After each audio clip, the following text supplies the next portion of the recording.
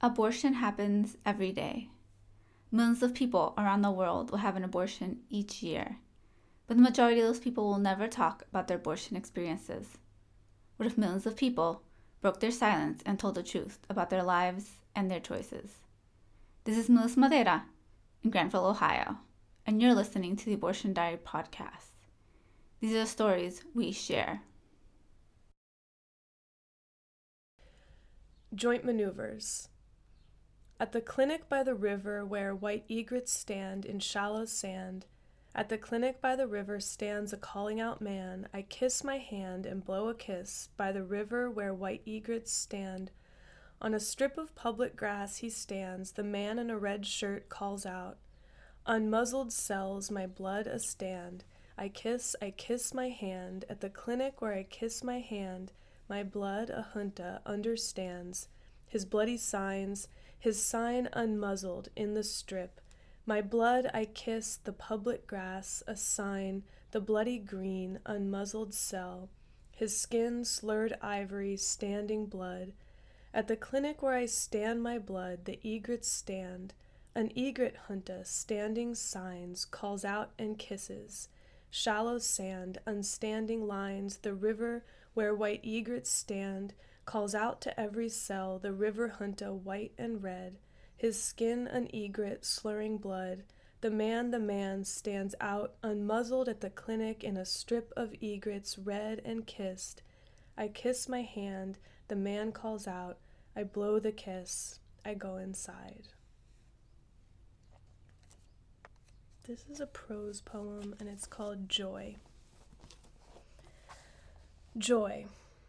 It all started because I needed once to get a little orange plastic jar of tablets, because I needed to push them into myself one at a time, like adding eggs one at a time, and wait for blood. If you folded July in half, right at the crease was when it happened. Right then I started to see the fence everywhere. What kind of fence? An invisible one, a shock fence. You can be sure I was shocked. I had to resign myself to being crazy forever. Before I brought the tablets home, the social worker gave me a glove in a paper bag in case I didn't want to touch myself. She didn't know that the issue was joy. I didn't know what visions lapped at the door. Now I look back sometimes and yearn to be pregnant, the way one yearns to topple into a drift of snow and fall deadly asleep while hiking in dangerous conditions. Otherwise known as a medically induced miscarriage. I was a violet bone, singular, in accord with the lit world, July. It was like giving birth to an open field, an entire absence shaped like an acre of light. All around the field, black crickets lived their singing lives, quick dark dashes reaving air.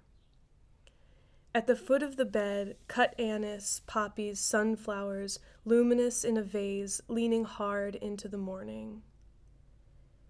Afterwards, I washed the cotton rags patterned like wood grain, great symmetrical blooms of blood. For days, I watched silver in the curtains, bits of light unfolding through lace.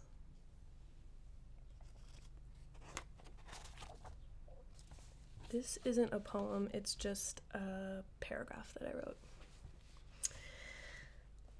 Undressed from the waist down, lying on my back beneath a pink paper sheet, I do not miss the irony of the situation when Jay-Z's Big Pimpin' begins to play over the clinic's radio system.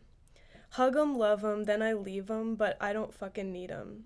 Not my first choice of songs for an underfunded abortion clinic playlist, but this buoyant anthem of my middle school years, the last time I envisioned lush cigar smoke-filled pool parties as a plausible part of my adult future, comforts me. I have not been abandoned by a wayward womanizer. My partner of 3 years sits in the waiting room holding my purse, and I've never once in my life achieved the version of femininity championed in the song, even back when I made infrequent, limp attempts to do so. But these facts are beside the point. The point is that I feel absolutely convinced that Jay-Z is an ally for me in this moment. I feel convinced that any of us may sip from his impeccable bravado.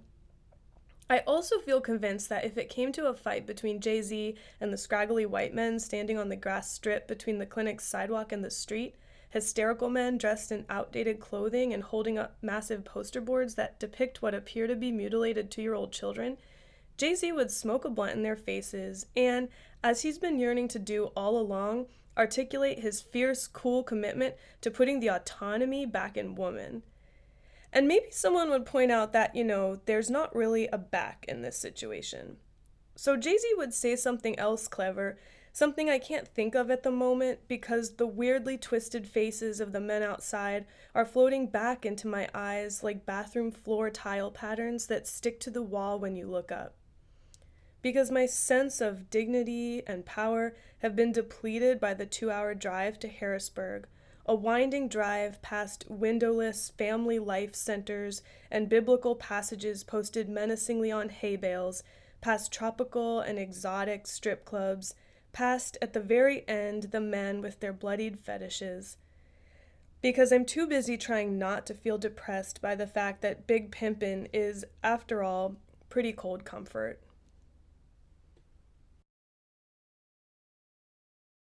As always, for more information about the Abortion Diary podcast, visit us on the web at theabortiondiary.com or email me with your questions or comments. If you would like to share your story, send me an email at melissa@theabortiondiary.com or visit our website, click on Share Your Abortion Story, and fill out our contact form. If you're a fan of the podcast and would like to help us reach more folks, please subscribe on iTunes and write a review or rate this podcast.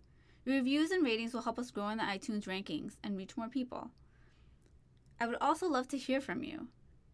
You can also follow The Abortion Diary on Twitter or Facebook.